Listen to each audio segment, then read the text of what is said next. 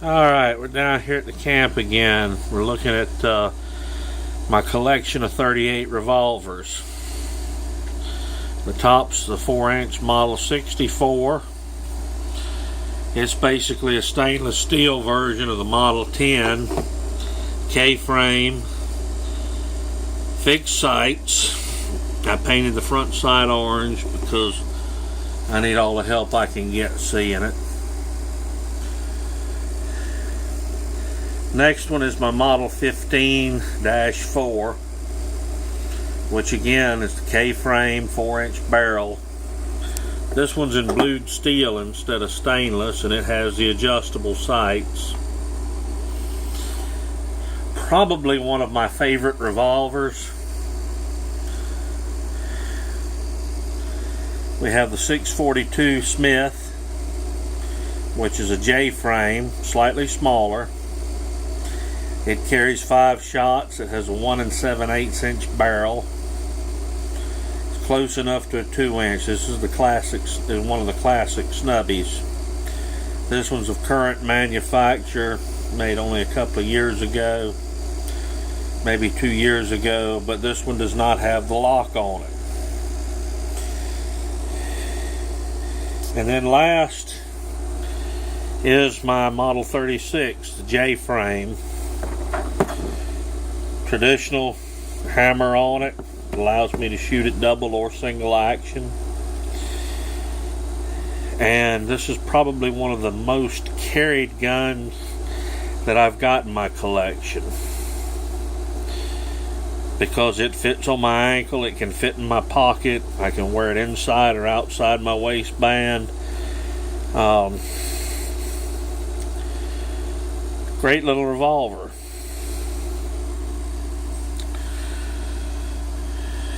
Got some ammunition, and I'll be going into that a little later. Speed loader. The top holster there is one of the Texas 1776, I believe it is, made by Taugua, T-A-G-U-A. At first, me and this holster had some disagreements, but I think we're about to work our differences out. And right now it's doing very well with the K-frame revolvers. In the event we don't, my buddy Tommy Parker, that does leather work here in Perry, Florida, built me another pancake holster. The difference is with this one that Tommy designed and built for me, this rides high enough on my hip that I can conceal these 4-inch guns. And this is, hand-stitched leather. New one that I'm getting broke in, so it hasn't molded to my body yet. But as much as I'm using it and wearing it, it won't be long. The subject matter for the video is not just to show off this fine little collection of 38s, but to talk about the 38 cartridge in general. It is not the biggest, it's not the most powerful,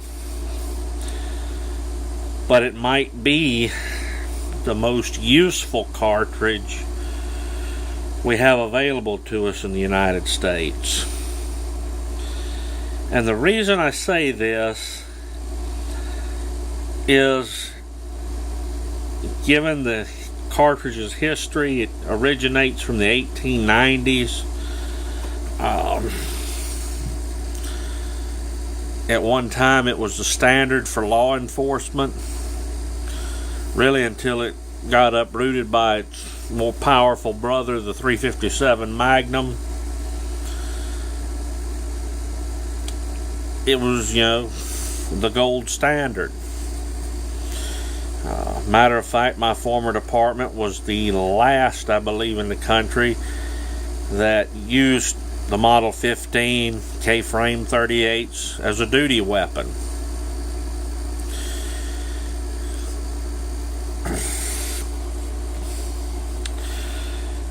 Now we live in a world where you've got high capacity, lightweight autoloaders. And it used to be that you could buy 2 quality revolvers for the price of a quality automatic.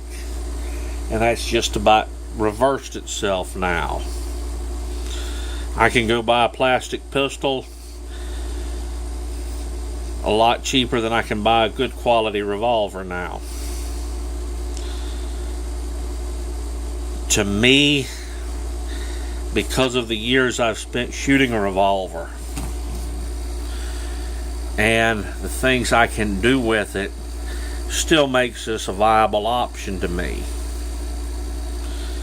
I'm not interested in a gun that will be used solely for self-defense. It's got to incorporate not only protecting myself from 2-legged threats, but also 4-legged. And it's also got to be able to accomplish field work, be it as a hunting companion, killing snakes, utility firearm, and these guns will do that. Any one of the 4 or combination thereof. The big detractor with revolvers now is capacity. People say, well, you've only got 6 rounds. Okay. Well, that's great. Would I rather have 5 or 6 rounds? Particularly when we're talking about a J-frame that I might have in my pocket when I need it, or would I rather have 15 rounds in the bigger semi-automatic that I left at home on the day I need it? To me, it's a no-brainer. The advantage to the revolver, to me, is that it's not pressure dependent. Another advantage is I have the option to manually cock it and have the lighter single action trigger pull when I need that extra amount of accuracy, which quite frequently happens when you're talking about shooting snakes, maybe having to kill a coyote. You might need it.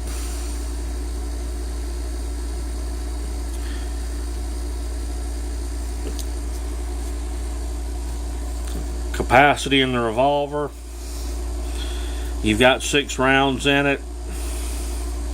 They make these wonderful things now called speed loaders. This one can put 6 more rounds in one of the K-frame guns very quickly.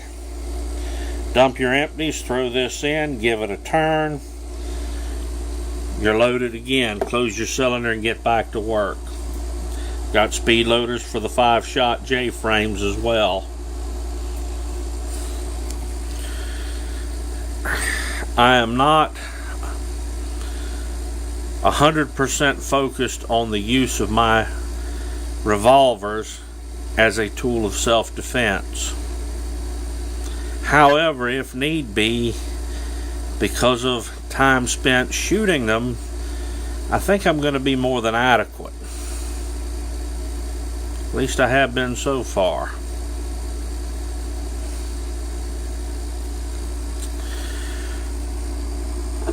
One of the advantages with the 38 is that it can shoot jacketed or cast bullets very well. In this case, this is a factory Federal 158 grain round nose. I have the molds for 148 grain wad cutters, which are simply a flat flush bullet used for target shooting. This is where we started in the 1890s. It's loaded with a 158 grain round nose bullet with black powder. Since then, smokeless powder's taken over.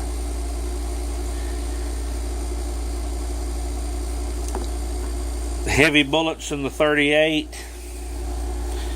I tend to be a champion of heavy bullets for caliber. And I noticed something. I was shooting this in the Model 64 a couple of weeks back at some steel targets. And this is standard pressure. which runs right at about 15 to 18,000 copper units of pressure. A plus P load is somewhere between 22,000 and 25,000 copper units of pressure. Not to be confused with PSI. The copper units of pressure uses the old copper crusher method. PSI is now measured with piezoelectric equipment. This is where we started. And I watched this bullet, and I noticed whenever I was hitting the target with this heavy lead bullet, and it's probably giving me around 950 to 1,000 feet a second out of a 4-inch revolver, it was smacking that steel pretty good. Didn't have any problems making it fall down.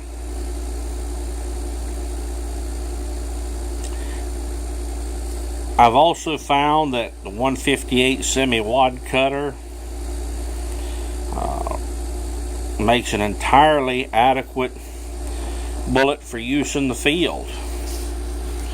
I've loaded it to plus P pressures with unique powder, and it's done well even at moderately long ranges. I would say 50 to 75 yards. The semi-wad cutter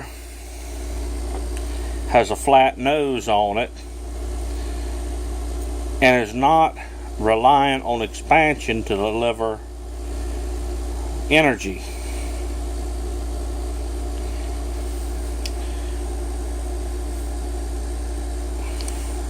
With hand loading, I generally prefer Unique or Bullseye powder for this cartridge. I have loaded a little bit with Herco with it.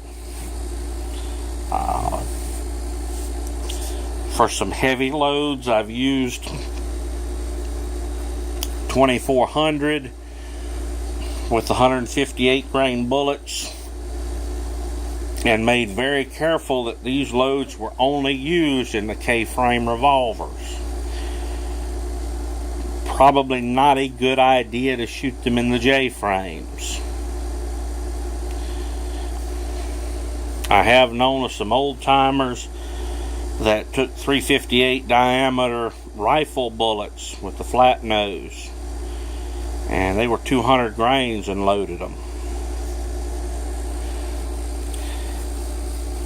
And they had different degrees of success with them.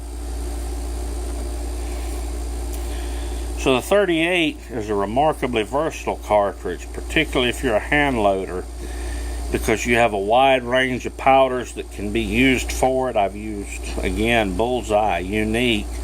I've used some WST for it. Tight Group, Tight Wad. Big variety of powders you can use for this cartridge.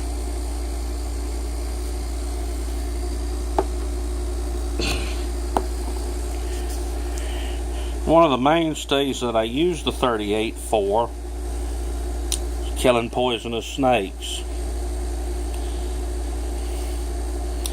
I have some tree hugger friends that probably aren't going to be happy to hear me say that, but if one of them gets close enough to me, I can see him, he's too close and he's got to go.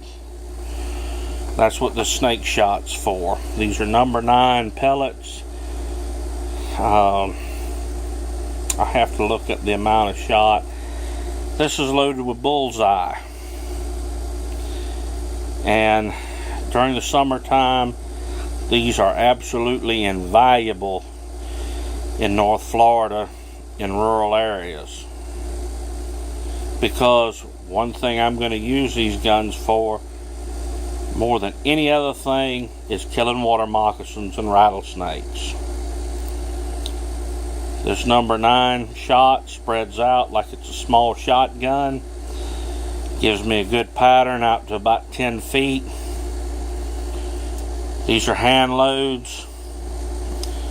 The biggest advantage for this is I can get 25 and 50 capsules for about $6 and load them.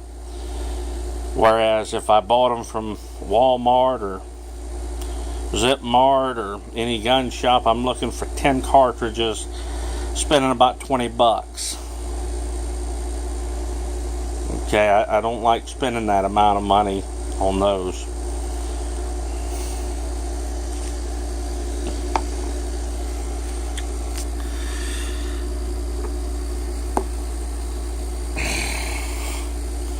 This is a 158 grain lead semi-wad cutter hollow point. This is manufactured by Remington. This is loaded to plus P pressures. This is an old style bullet. I was so glad to see Remington bring this bullet back into production, because it gave me a factory option that duplicates basically my 158 grain lead semi-wad cutter hollow point hand load. I have read case law and case law and case law. I cannot find any legal case where somebody has had to use hand-loaded ammunition in self-defense and been prosecuted simply on that basis. There were usually other factors involved in all the case law I have read on it. However,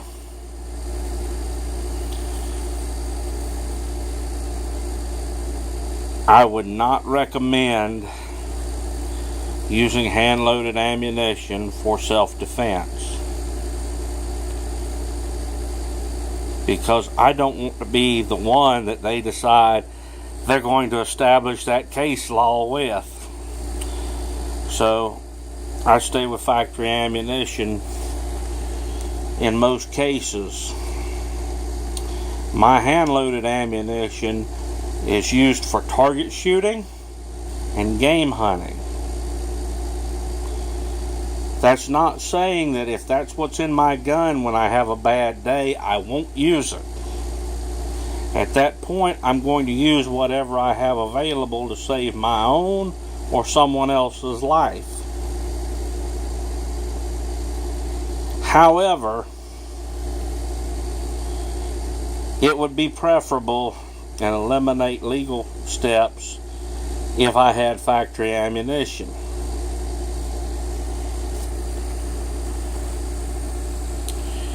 This bullet out of the 4-inch gun expands beautifully. No question, this thing's going to open up, and it's going to be the size of a nickel when it opens up.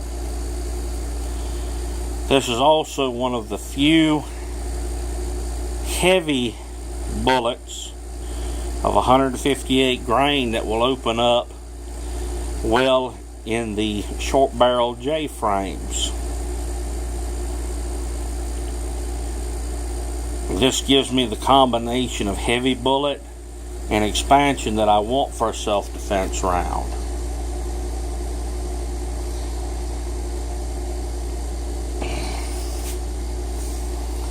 I know it's an old school bullet. Some people want something with a little more sizzle on the steak, a little more flash, a little more sex appeal. You're not going to get that out of the J-frame gun in a heavy bullet. So what do we do then?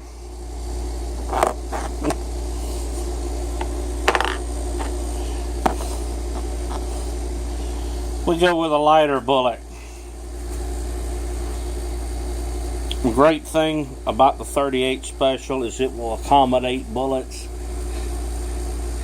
generally from about 110 grain up to 173 to 200 grains in some cases. Maybe we can even go lighter. I have known of people loading down to about 85 grain bullets.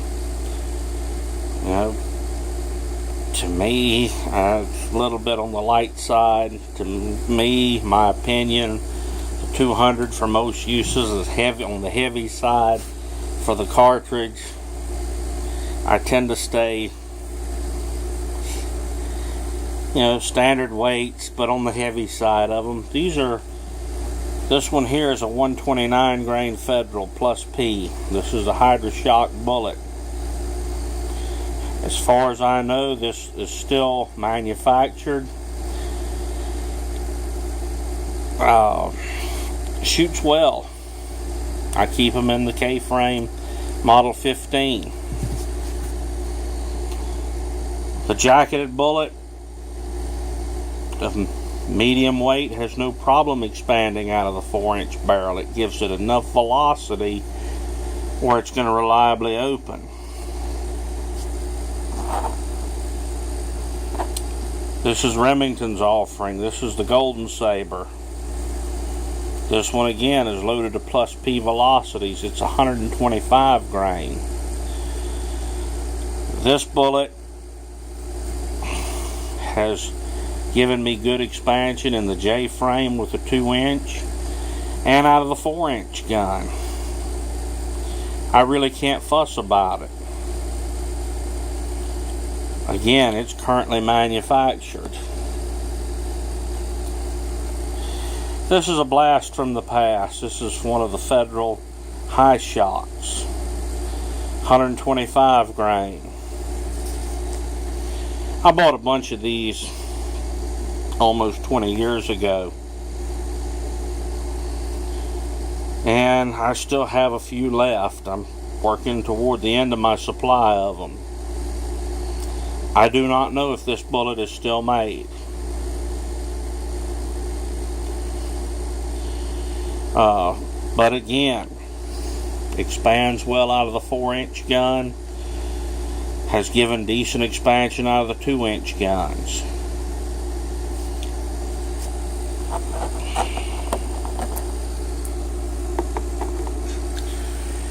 With the versatility of the bullet weights and types and the powders, 38 is still a viable option.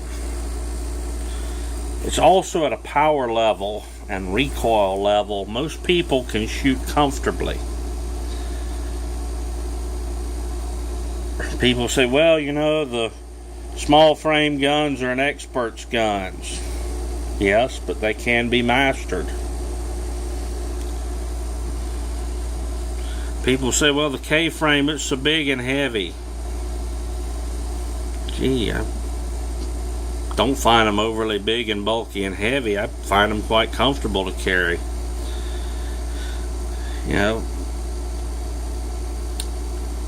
Smith & Wesson also years ago made some in-frame 38s made for the 3844 cartridge, which was essentially a 357 Magnum load in a 38 case.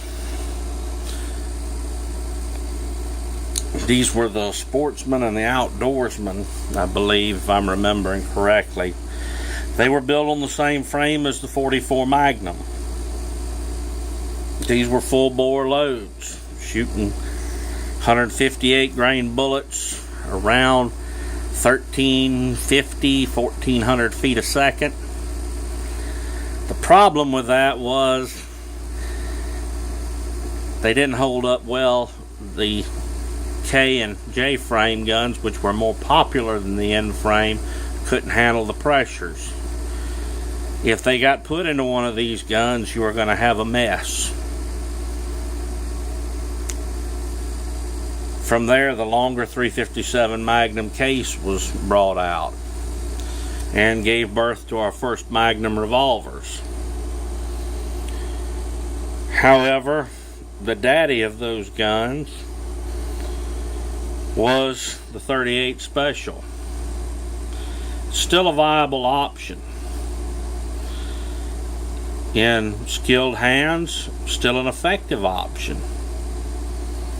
And a versatile option. So, may be worth looking into if it meets your needs. Because not all of us are wannabe operators. Some of us are sportsmen. Some of us enjoy a moderately priced gun that we can target shoot with and hand load for. and the 38 Special still fits those needs. And when things get really nasty, I don't have any qualms about having one of these guns with me when I have a bad day and need it. Well, that's about it. Later on.